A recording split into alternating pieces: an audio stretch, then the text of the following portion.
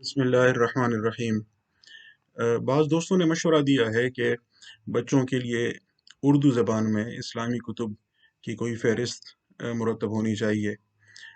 इस ख़्वाहिश की बल्कि इस हुक्म की तामील में यहाँ कुछ किताबों के नाम दिए जा रहे हैं जो ज़ाहिर है ज़ाती पसंद और ज़ाती तजर्बे पर मबनी है।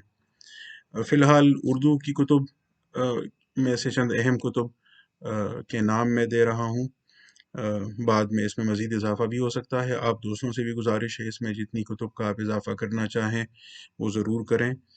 हमें भी फ़ायदा होगा, दूसरों को भी होगा, और बाद में इसमें अंग्रेज़ी और दीगर ज़बानों का भी हम इजाफ़ा करते जाएंगे इंशाअल्लाह। जो पहली चीज़ मैं रिकमेंड करूँगा वो हमदर्द नौनिहाल का रिसाला है। बचपन में मैं ख़ुद भी पढ़ता था, मैं ख़ुद इसका यूँ कहें रसिया था, और फिर अपने बच्चों को भी इसकी लत लगाई है। इसी तरह किसी ज़माने में नईम बलोच साहब का वो रिसाला होता था आँख मचोली। मैं अपने छोटे भाई जवाद के लिए, जो अब माशाल्लाह इंजीनियर है, उसके लिए ये रिसाला ख़रीदता था और उसे बहुत पसंद था।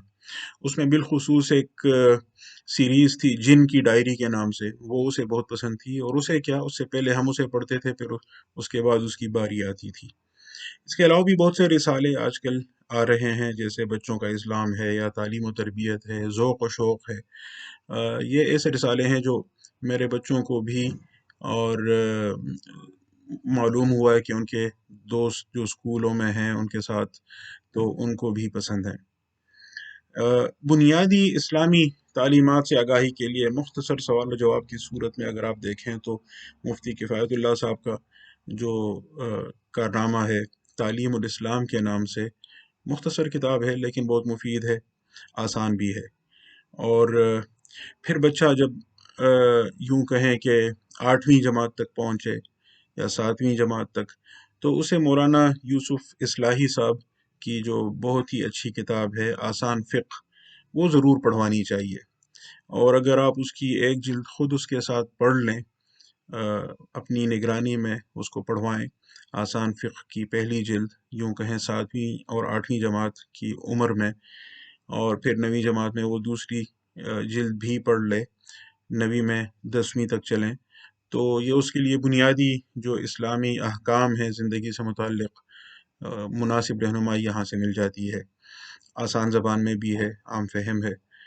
और इसी तरह मौलाना यूसुफ़ इस्लाही साहब की एक और जो बहुत अच्छी किताब है आदाब ज़िंदगी, वो इस उम्र में बच्चों को ज़रूर पढ़वानी चाहिए। ये 2 किताबें, आसान फ़िक़्ह और आदाब ज़िंदगी, बच्चा ये पढ़ ले तो उसके लिए यूँ कहें कि इस बुनियादी इस्लामी तालीमात बहुत आसान अंदाज़ में उसकी समझ में आ जाती हैं, और ज़िंदगी के आम मसाइल से वो बड़ी आसानी से नंबरद आज़मा हो सकता है। कुरान, हदीस, सीरत, सीरतुन नबी सल्लल्लाहु अलैहि वसल्लम, सीरत खुलफ़ाए राशिदीन रज़ियल्लाहु अन्हुम अजमईन, इन मौज़ूआत पर डॉक्टर अब्दुल रऊफ़ साहब की बहुत अच्छी किताबें हैं, छोटी-छोटी मुख्तसर लेकिन बहुत मुफीद, जो फ़ेरोज़ सन्स ने शाया की हैं। वो बच्चों की नफ्सियात को मद्देनज़र रखते हुए बच्चों के लिए लिखी गई किताबें हैं। वो ज़रूर बच्चों को पढ़वानी चाहिए और वो बहुत मुफीद हैं। क़ससुल अंबिया पर वैसे बहुत सारे लोगों ने लिखा है, बड़े-बड़े उलमाए किराम ने लिखा है, लेकिन जो मौलाना सैयद अबुल हसन अली नदवी की जो किताब है वो मुझे बच्चों के लिए सबसे ज़्यादा मुफीद लगी है, और आसान भी और कैप्टिवेटिंग भी, यानी उनको पकड़ लेती है। जो आप उनके साथ रात के वक्त अगर वालिदा पढ़ना उसका शुरू करें, उसका तर्जुमा भी ज़ाहिर उर्दू में दस्तयाब है, असल में तो अरबी में भी बहुत खूबसूरत है, लेकिन उर्दू में भी। तो अगर वालिदा मिसाल के तौर पर बच्चों को ये रात के वक्त पढ़वाना शुरू करे तो इसका बहुत असर होता है और बहुत मुफीद है। हाँ, ये मैं ज़रूर इसके साथ इजाफ़ा करूँगा कि जो मकतबा दारुस्सलाम वाले हैं, उन्होंने बच्चों के लिए छोटी-छोटी किताबों का सिलसिला शुरू किया है, जिनमें अंबिया किराम के क़िस्से हैं, और इसी तरह कुरान मजीद से, सीरत से, दीगर वाक़यात भी सीरीज़ की सूरत में। वो सिलसिला भी बहुत मुफीद है, बहुत अच्छा है। बच्चे ज़रा बड़ी उम्र के हो जाएँ, यूँ कहें कि 8वीं 9वीं जमात में पहुँच जाएँ, तो उनको मौलाना इनायतुल्लाह सुबहानी साहब की जो سیرت النبی کی کتاب ہے محمد عربی صلی اللہ علیہ وسلم، وہ ضرور پڑھوائیں۔ بہت جذب کے عالم میں لکھی گئی ہے، بہت تاثیر رکھتی ہے، زبان بھی آسان ہے، سادہ ہے، اور اسلوب بہت ہی اچھا ہے، اور جس نے بھی اس کو ایک دفعہ پڑھنا شروع کیا ہے تو ختم کیے بغیر اسے پھر سکون نہیں ہوتا، اس کا اثر بہت دیر پا ہوتا ہے۔ یہ کتاب بچوں کو ضرور پڑھوانی چاہیے۔ اور پھر اگر وہ ذرا مزید بڑی عمر کے ہو جائیں، یوں کہیں FA FSC کی سطح تک پہنچ جائیں، تو پھر اپنی نگرانی میں ان کو علامہ شبلی نعمانی اور سید سلیمان ندوی کی جو سیرت النبی ہے اس کی پہلی جلد کم از کم ضرور ان کو پڑھوانی چاہیے۔ مقدمہ بے شک نہ پڑھوائیں، وہ بہت علمی چیز ہے اور بہت بعد میں پڑھنے کی چیز ہے، لیکن تحقیقی ذوق بچے میں اس سے پیدا ہو سکتا ہے، اور وہ واقعات کو ذرا یوں کہیں ان کا تجزیہ کرنے کی عادت بھی اس کو پڑ جائے گی۔ قرآن مجید کے ترجمے کی اگر ہم بات کریں تو آج کل جو بہت مفید ترجمہ آ چکا ہے اور بہت پر اثر بھی ہے، آسان عام فہم بھی ہے، مختصر حواشی کے ساتھ، مولانا محمد تقی عثمانی صاحب کا جو ترجمہ ہے وہ آپ بچوں کو دے سکتے ہیں۔ اسی طرح مولانا منظور نعمانی صاحب کی جو بہت ہی مشہور کتاب ہے معارف الحدیث، وہ تو اگر آپ خود بچوں کو پڑھوانا شروع کریں، درس کے طور پر گھر میں اس کا سلسلہ شروع کریں، تو اس کا فائدہ بھی بہت زیادہ ہوگا۔